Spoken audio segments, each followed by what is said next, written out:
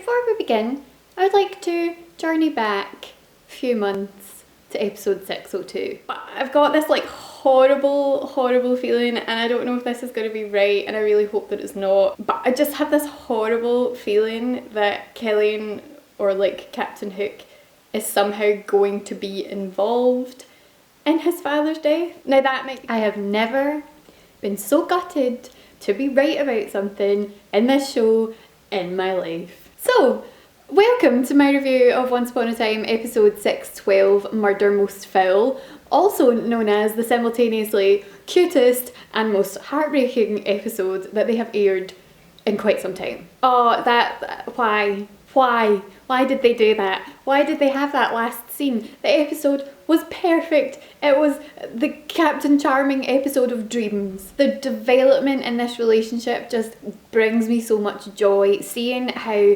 Killian and Charming's relationship has developed over the past 3 seasons, from people who didn't really want anything to do with each other.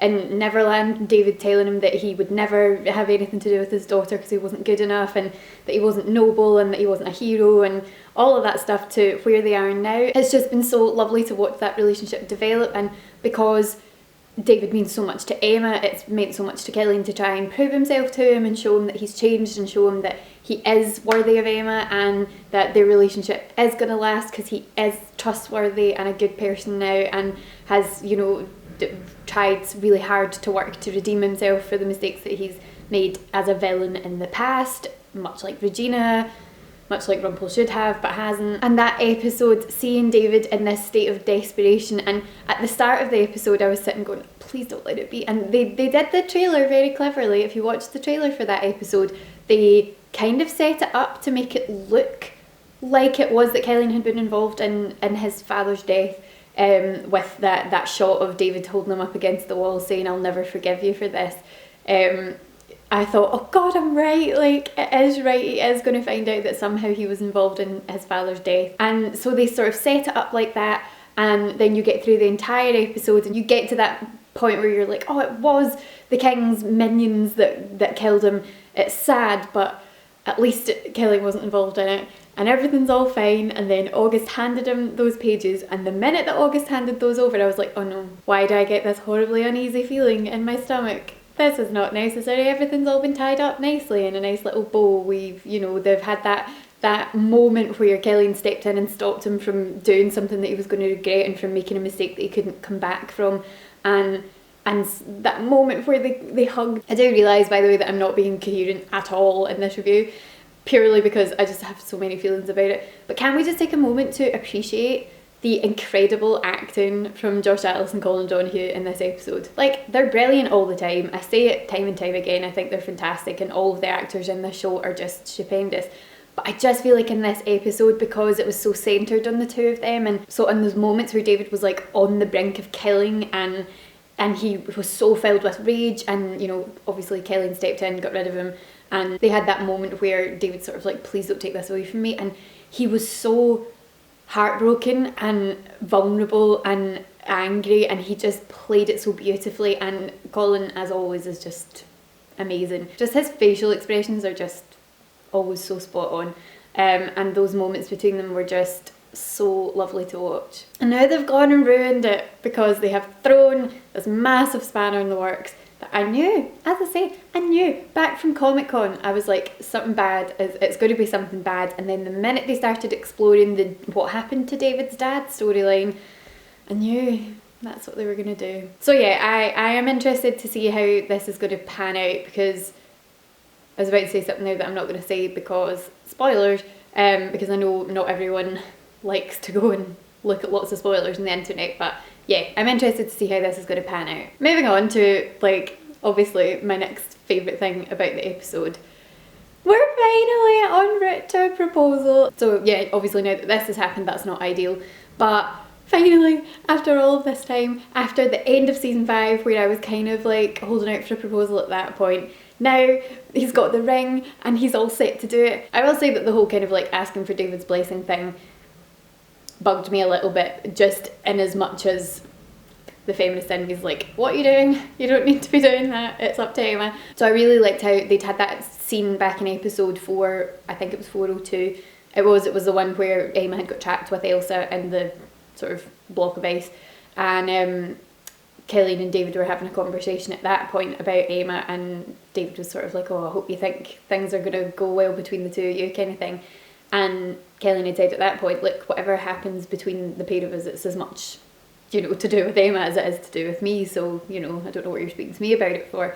And then it's come to this point now where I know that it was just really that he wanted to know that David was willing to kind of accept him as part of the family, sort of thing. So yeah, I understand why they did it, and I like that they had the point of David saying like, oh, you know, obviously it's completely up to Emma, but like I'm okay with it. So that was really cute. So much as though like in terms of real life, I'm like, no, don't be doing that. Within the context of the storyline and the relationship between the two of them and how it's developed, it was nice. Also, I do appreciate that he's like hundreds of years old, and so old-fashioned traditions and all that jazz. So one of my favourite scenes for ages was the scene outside the house and it was so unfortunate because obviously he was having to distract her because her dad was stealing from her essentially. But when Emma came back to get the life jackets and they had that conversation out in the garden, oh, that was just so nicely written and acted, and everything about that scene. Like, I've watched this scene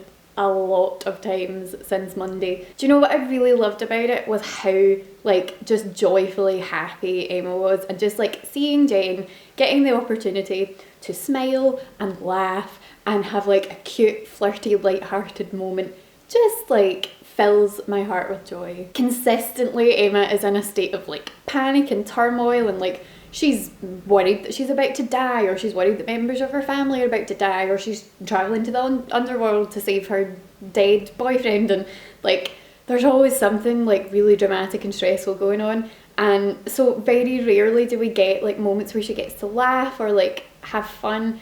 And that scene was just like, although the second half of it was really heartfelt, and you had him like, I think initially being like, God, I've got to come up with a reason to tell her that she can't go into the shed, so I need to distract her. And so the first half was that kind of like more playful, light-hearted sort of thing, and then the second half, once they actually started talking about Archie, you could feel like the genuine emotion of that, and that was really nicely written. But that real moment of vulnerability of, you know, telling her how frightened he'd been at the prospect of losing her, and they're just too cute. I can't bear it. I can't cope with it. I love them so much. So yeah, there's like so many good gifts from that scene. I keep getting a little bit stressed out thinking that we might not get a season 7 with them in it. Has anyone heard this rumour that I don't want to go into too much depth with this because there were a couple of rumours doing the rounds about certain people who wouldn't be coming back, but one of them was that the only two members of the main cast who will be coming back for season 7 are Lana Parilla and Colin O'Donoghue.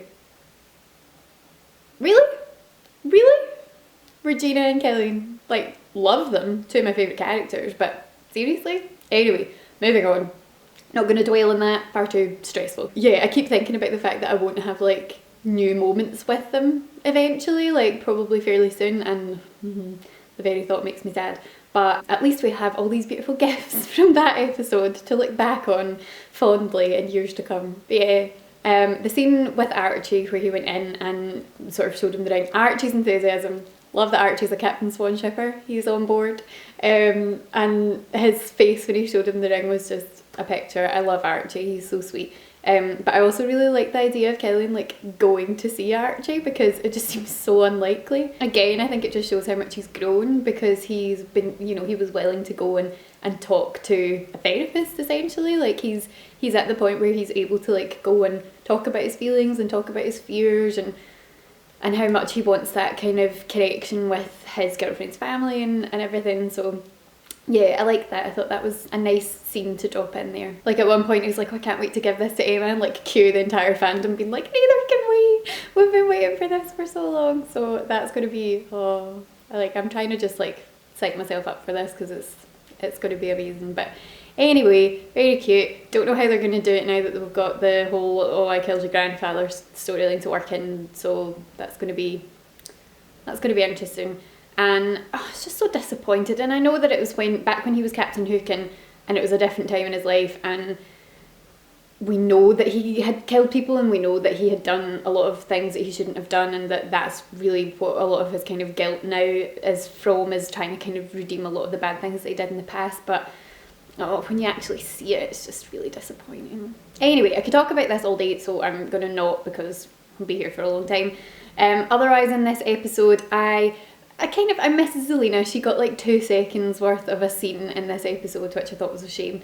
And I'm looking forward, hopefully, to seeing a bit more of her in the next little while. The Regina and Robin stuff, just that, when they kissed and she just didn't feel anything, it was so sad, because you could see in her face there was that like hopefulness of like, maybe this is it, like maybe I'm going to have that connection with that person that I lost again, and it just wasn't there. And you kind of knew as the audience watching it that it probably wasn't going to be right, and it wasn't going to feel quite right, because it's not her Robin, it's a different version of the same person, but he's not the same. Like, he's out there trying to, shoot people with arrows and behaving in a way that the old Robin just didn't, and just, it's not right. It's just not right, and it's such a shame. I really worried about that when she brought him back, because I thought, this doesn't work out.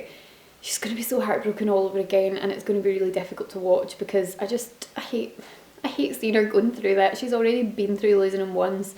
I just don't really want to have to see her go through losing him again. So yeah, it's unfortunate, but I suppose at least now that she has kissed him and she knows that it's not right in terms of the romance feelings side of things, she can move forward with that. But I think the question is, why is he here? What is it that he's doing? He's now obviously in her vault stealing from her, so that's not great. And I am very intrigued to see where they're going with this storyline. I really hope that they don't do anything too bad with this version of Robin, because I wanted this to be a nice piece of closure for the character, and I don't want it to tarnish, not that it would tarnish the memory of the old Robin, but I just don't want to kind of see him go down a really bad path and see that affect Regina even more than she's already been affected, and then have that as the kind of lasting memory of him.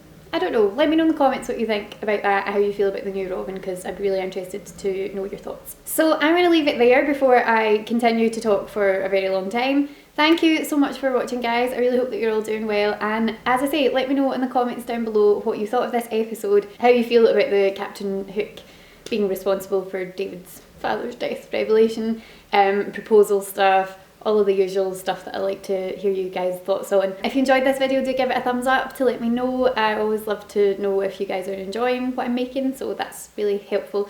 And if you haven't already subscribed, you can hit the subscribe button to keep up to date with all of my videos, including my review of the next episode, which hopefully will resolve all of this drama. Okay, thanks so much for watching, guys. I'll speak to you again soon. Bye!